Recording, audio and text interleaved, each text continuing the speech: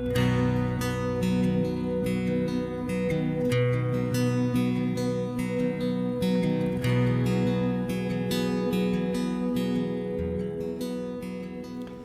dear friends, today I am very excited, quite happy, and I should tell you why, and I would like to share with you why, because I had many ideas, on my mind, many thoughts in my head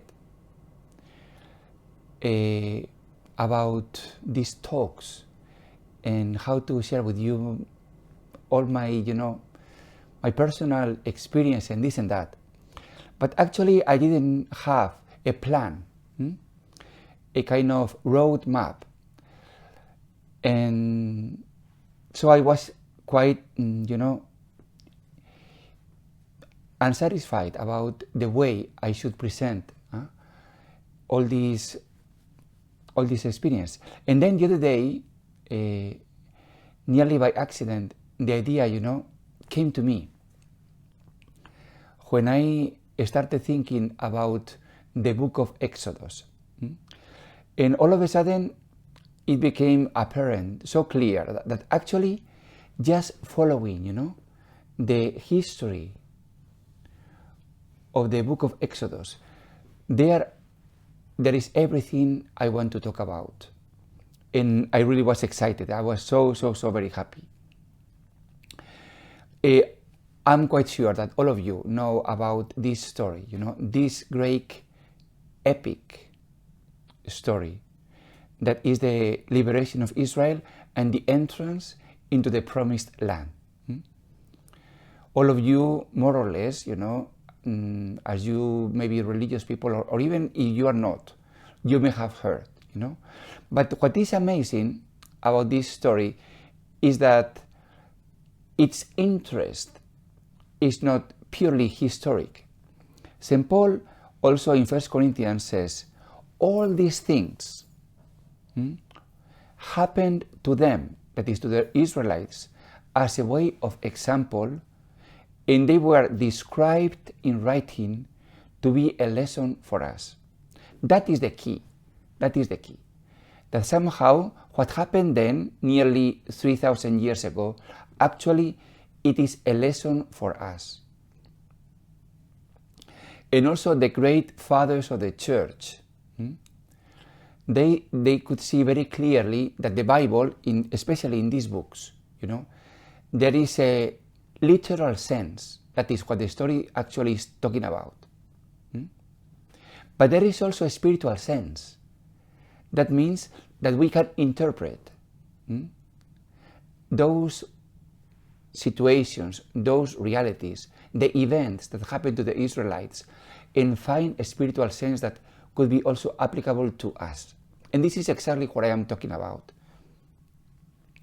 We can see that there are 4 great chapters, 4 great sections in the history of the Exodus. The first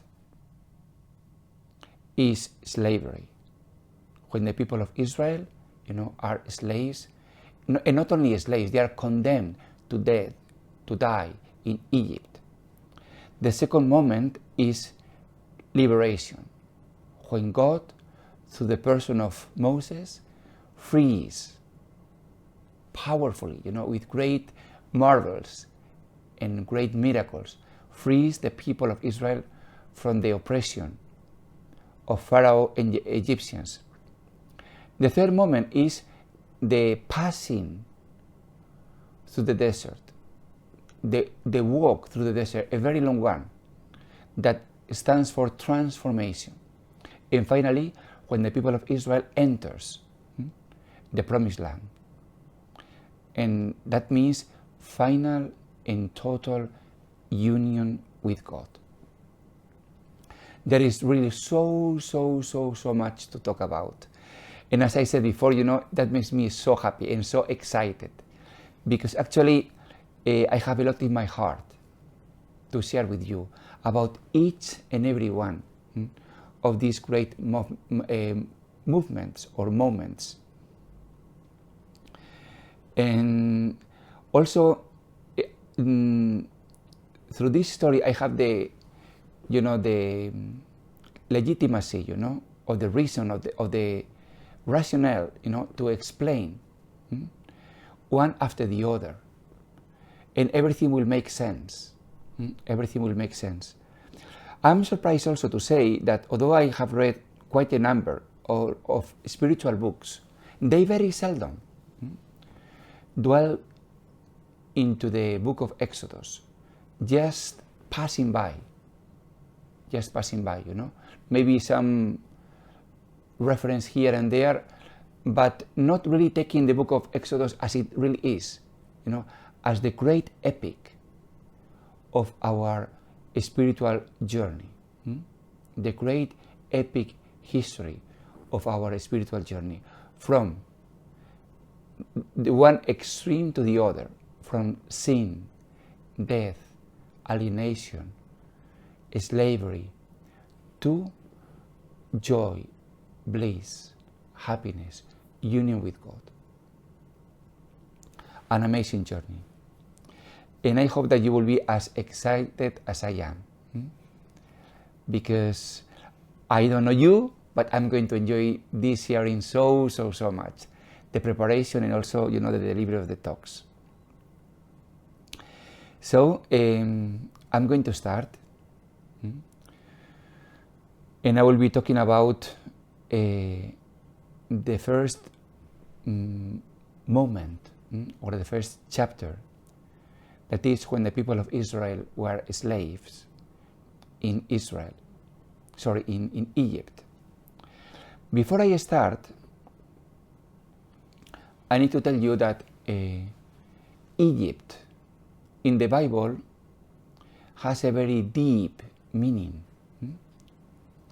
In the Bible, Egypt represents salvation. Yeah, that's true, salvation. In which way? When people, or the nations around Egypt, they didn't have anything to eat, they were distressed by famine, they will go to Egypt, because in Egypt there is always food. That is the richness of Egypt. And why is that? Egypt, is the wonder of the river Nile, because the rest is a desert. But thanks to the river, they enjoy regular crops.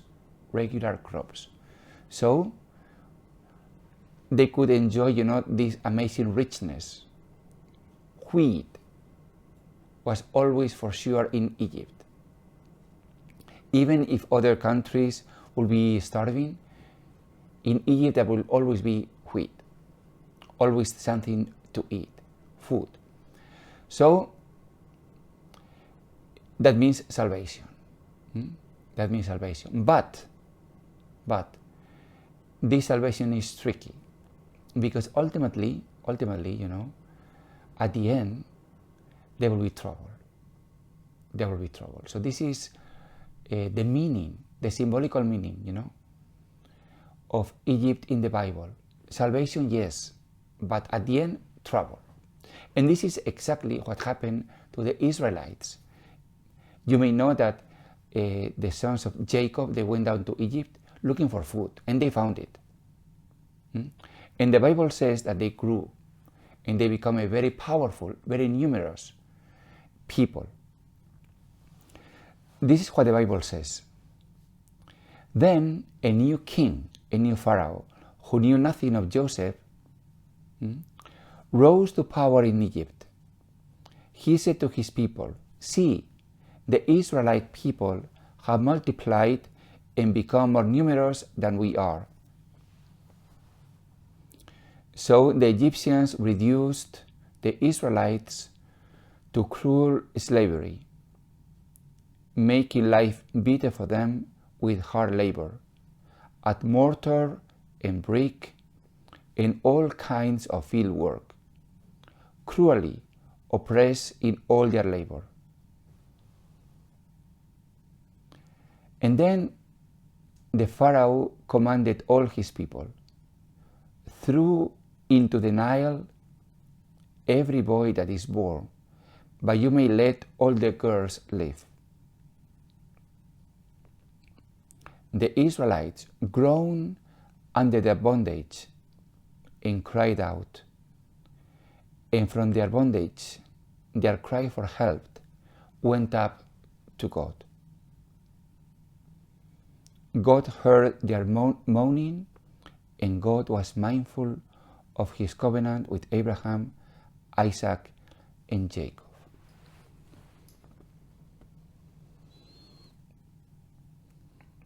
We are going to talk about the spiritual journey. This is a metaphor, a way of talking, about a spiritual transformation. And there are different stages, different chapters or moments. Stage 0, that is even before everything has started, is the condition of unconsciousness. Unconsciousness. There is a spiritual master called Andrew Cohen that says, hell is not even know that you are lost. I find this sentence very inspiring.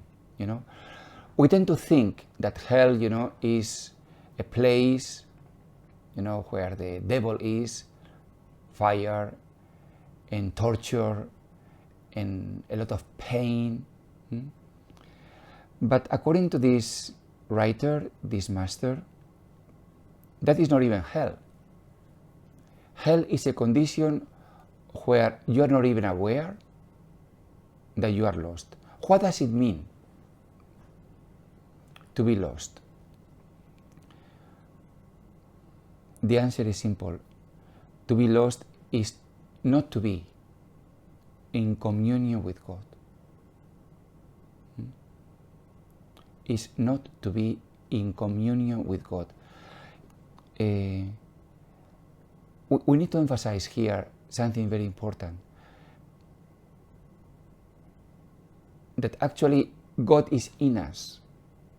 God is present in us, as God is present in every single bit of the creation. Otherwise, the creation will come to nothing. So God is always supporting every single bit, every mineral, every bird, every plant, every human being. We cannot be, detached, as it were, from God, because otherwise we will come to nothing. But the paradox is that we human beings, that we are endowed with knowledge, with consciousness, even with self-consciousness, we are not aware of that. And this is our predicament, that we are lost. But we don't experience this lost, or we don't experience not be in communion with God, as a loss. We are lost, but we don't know it. This is hell. And then people may say, no big deal, if I am lost, as long as I am happy, what is the trouble? If I am lost, but I enjoy my life, what is the problem? If I am lost, but I am doing what I want, what is the problem of not praying or not being in a religion? If I am lost, but I don't know, then why is that hell? I don't have any answer for that. So for those people who may be listening now, and that think that it is not necessary to be in such a thing as connection, communion with God, then I don't have anything to say. And actually I think this is a good moment, to say a few words about these talks.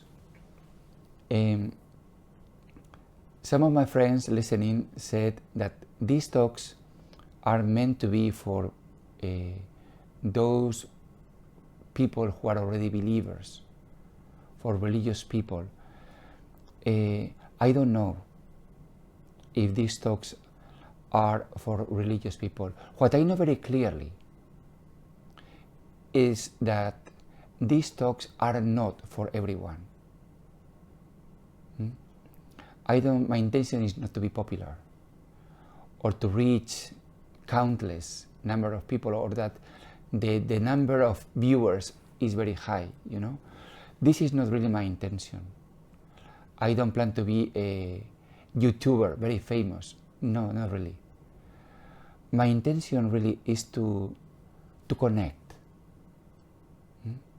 to create a connection with you. What kind of connection? A deep personal connection and a deep spiritual connection.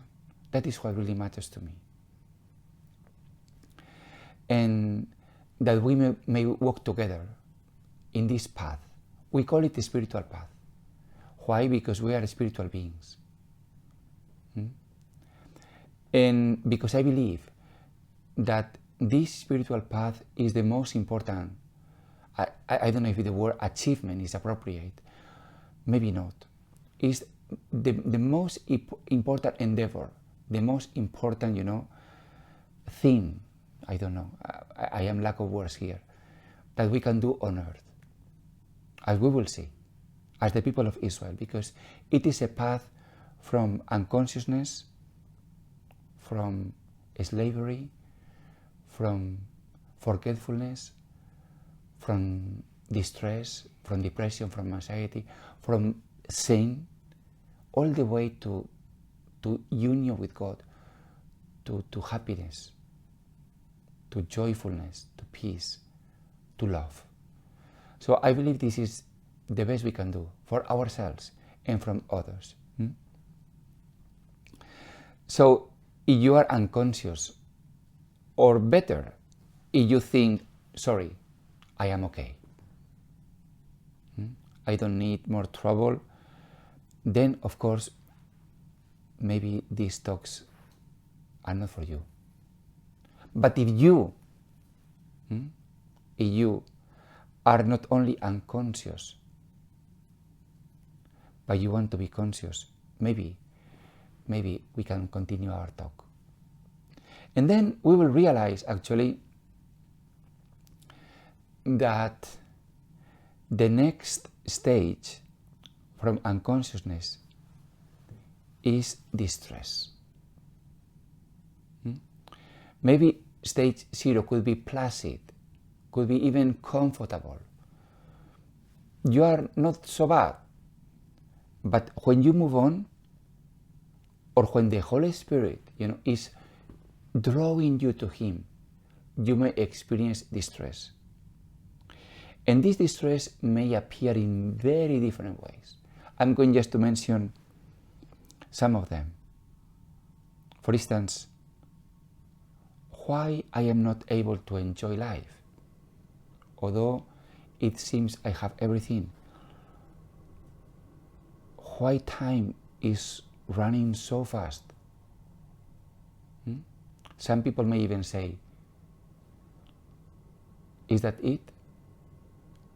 Time is running out. Is that all? Or why do I feel so restless and discontent? I would like to share now the deep cry of the mother of a friend of mine, a very dear friend of mine that has already passed away. His name was Joseph. And actually I was very close also with his mother, a very humble woman, very hardworking. But somehow it seems to me that also unsatisfied, because for her life was hard and painful. So one day, I remember in front of her son, in a very, I will say, naive or innocent way, she cried out, Vincent, Vincent, when will be my turn to enjoy life? According to her, to her naive way of thinking, is that we are on this life only for one purpose, to enjoy life. I don't think that she was also a religious person. So she said, if we are here, maybe for a reason, to enjoy life. How come that I am now maybe 50 plus or 60, and until now, I haven't really enjoyed life? Then when is it going to be my turn? The way she said it was quite desperate, as if there will be no hope for her, that maybe I am now 60, but maybe if I am 70 still, it will not be my turn. So I remember these words, that still are in my memory. This very sad cry of a very humble woman, hardworking mother of 2 sons, and that life passed by her, and at the end, I haven't really enjoyed life. So when is it going to be my turn? So, as I said, as people are growing older, approaching midlife or even further, they may ask, why don't my relationships give me the fulfillment I thought they would? Why aren't my children, turning out the way I hoped? Why life is not what I expected? Why even these new hobbies or these classes I attending or the second career, because I was trying to be more authentic, why they don't give me the satisfaction I expected? Why is it that nothing seems to last? At the end, what does it all mean? What does everything mean, I also remember when I was very small, maybe 6 or 7, sometimes my grandmother will have kind of explosive or funny, cries. And sometimes he will say something like, my son, everything is a lie. Life is all a lie. I remember saying things like that. Why would an old woman say, my son, everything is a lie. Everything is rubbish.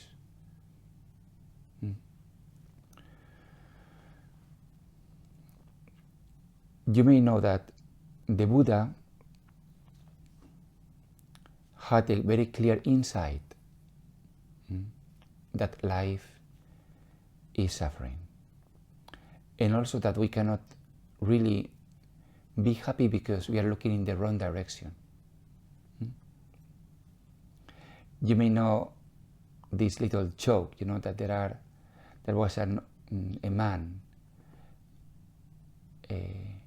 bent down and looking for something, under a light post, and then someone approached him and said, what are you doing? And he said, I'm looking for my key.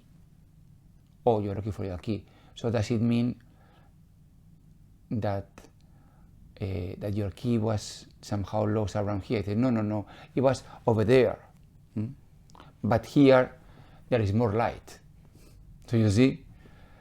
So how could this man expect to find the key? Looking for it in the wrong place, only because there is more light there. So the same happened to us, We are looking for happiness where there is more light, but not actually where happiness lies. The Dalai Lama said, we all know from personal experience that what we deeply aspire to gain is happiness, and what we try to avoid is suffering. Yet, our actions and our behavior only lead to more suffering and not to the lasting joy and happiness that we seek.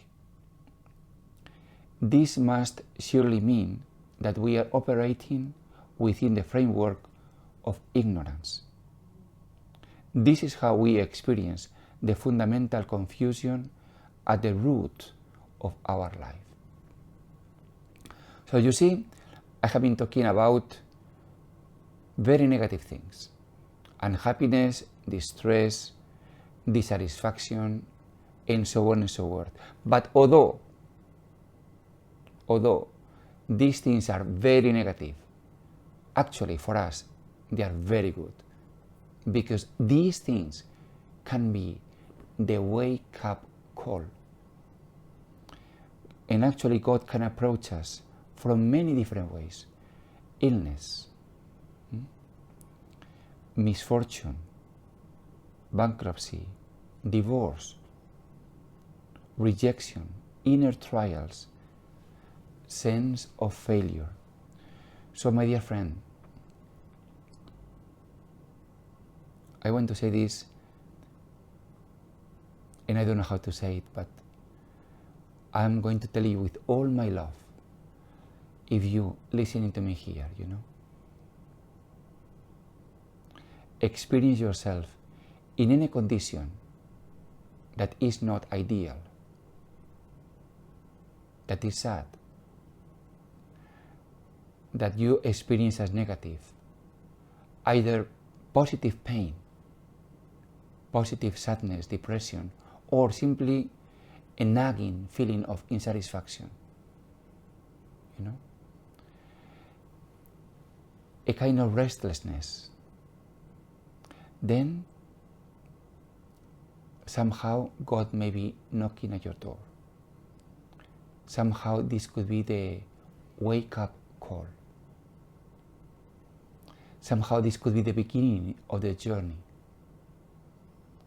Somehow you are not in hell anymore. If you feel that you are lost, congratulations. Really, I'm telling you from the bottom of my heart, because you are not in hell anymore.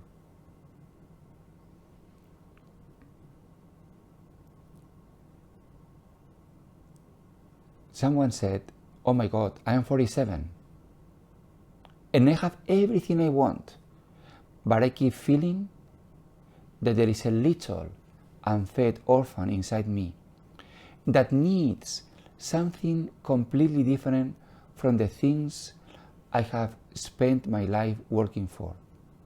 I can't believe where the years have gone. What I have is not really what I want anymore. But I don't know what it is I do want now. And I don't know how to feed the little orphan inside me. If you don't know, then that means something inside you, is crying out for help. What I find really amazing is that the people of Israel, is the chosen people. The people that have been particularly elected, particularly chosen by God. We know that.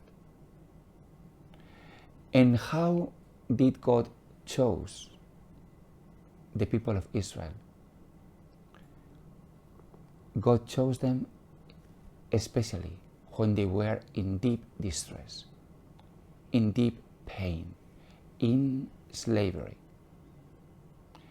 God chose a people that were condemned to die. It seems like a joke. It seems so funny. in our culture, you know, that laughs and ridicules and scorns at anything or anyone who is a loser. A loser. God chose a loser.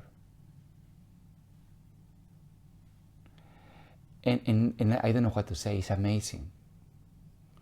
And you think that you're in the opposite, you know, condition to be chosen because you are a loser, or some of your circumstances could be those of a loser, then congratulations.